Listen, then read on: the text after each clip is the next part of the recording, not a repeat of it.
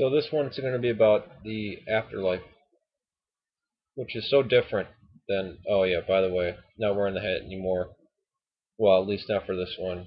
Jane, 013 Jane told me scars weren't that visible. I can still see it over here, but whatever. I'll try out without it. It's not noticeable on camera. Fine. Keep the sunglasses. She said it makes me look too, gives hard edge to my videos. But okay, the Orthodox Afterlife. This is what really got me to become Orthodox. I'm gonna have to say, I converted, then I dropped into atheism. Now I'm back. I asked the priest, Father Bill,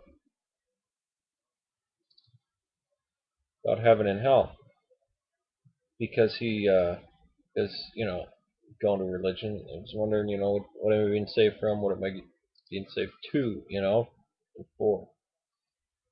And I always had this idea that Christian afterlife was, the good go to heaven or some paradise where you get to do whatever you want, and the evil people go to hell and get tortured forever.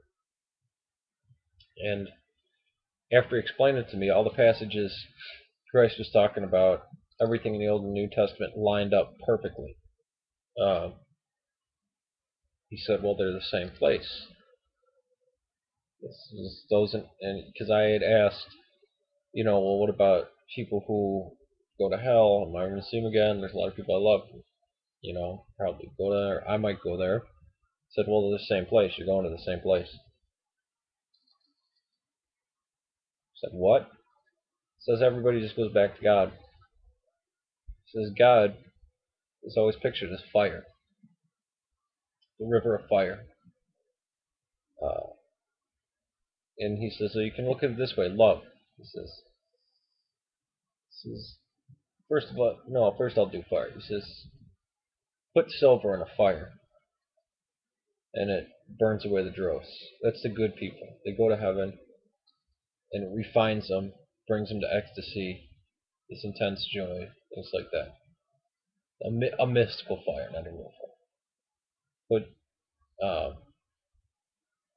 the dross in fire, burns away. Put garbage in fire, it burns like trash. Love.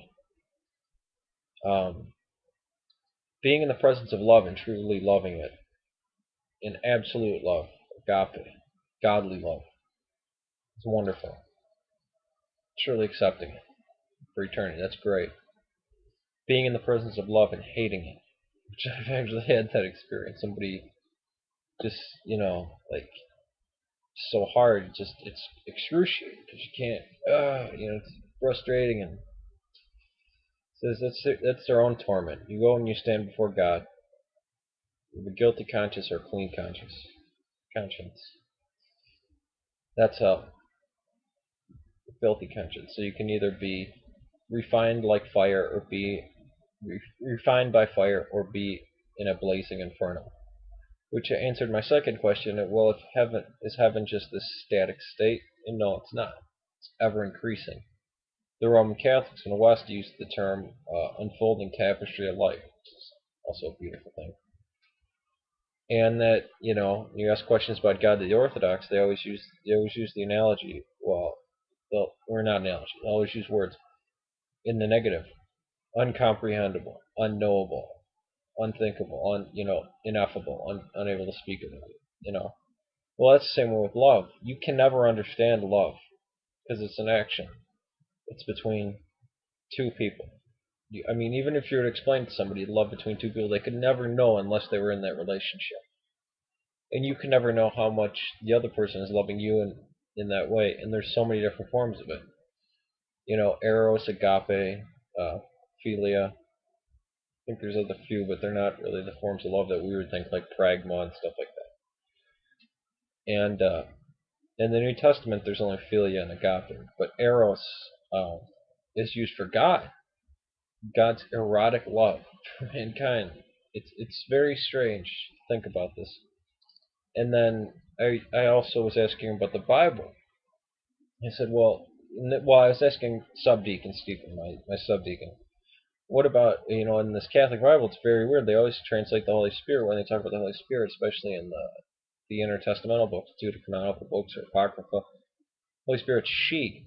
So yeah, that's right. Because that's the word pneuma is in the female. Now, as a personal Holy Spirit, it's he, because it's dominant, masculine. So these ideas of gender get very blended when it comes to God. And the idea of heaven or hell, it's awesome because there's a saint in church in perfect love there is no fear. And another saint said or it might have been the same one. Now that I used to fear God, now that I love Him, now that I have loved God, there is no reason to fear Him. Because I think that shows the primitive state of religion. First, there's fear of law, which we saw in the Old Testament, and then there's just the love. So this idea of threatening people with hell is ridiculous. It's whether they want to change. So there never really was any of this these fiery demons poking you or whatever. I mean, if you imagine Satan, let's say Satan's a real being, in the real sense, whatever you want. I don't know metaphorical what. We don't know right now. Well, what's the worst punishment? Having him go down there, ha ha ha, king of his own world. I'm in hell. I'm raping Hitler and shoving a pitchfork up Stalin's nose. No, it's going right back into God. And I might be butchering this. The Greek perichoresis is the dance of love. That's what heaven is for us. Being caught up with God in the dance of love. And when he said that, I said, well, that's it. I'm joining. I mean, that was just the most perfect thing. Because I knew all religions had their idiosyncrasies, their ridiculous things. I had already gone through a lot of things. And it was far different than the Muslim version of heaven and hell. Paradise and sheer torture. It seemed like a petty God would judge people like that. And he also said, look, the gates of hell, some of these are metaphors. You can't really describe any of this stuff. Are locked from the inside. You can get out at any time, but it's you that put yourself in there. So I thought that was a beautiful thing. And in this life, I experienced love. Or not love, heaven and hell. And most of it's how you react to your circumstance. Now, there are truly living hells that people are placed in that they don't deserve, and that's the injustice that's going to get wiped away. But I don't think we can look at some torture victim and say, oh, well, they'll be made up for it in heaven. I think that's extremely wicked and cruel and horrible. As if some, Janina Carrick was raped and murdered at the age of 7. As if, oh, well, she's in heaven now, so it's all good. No, that was never good.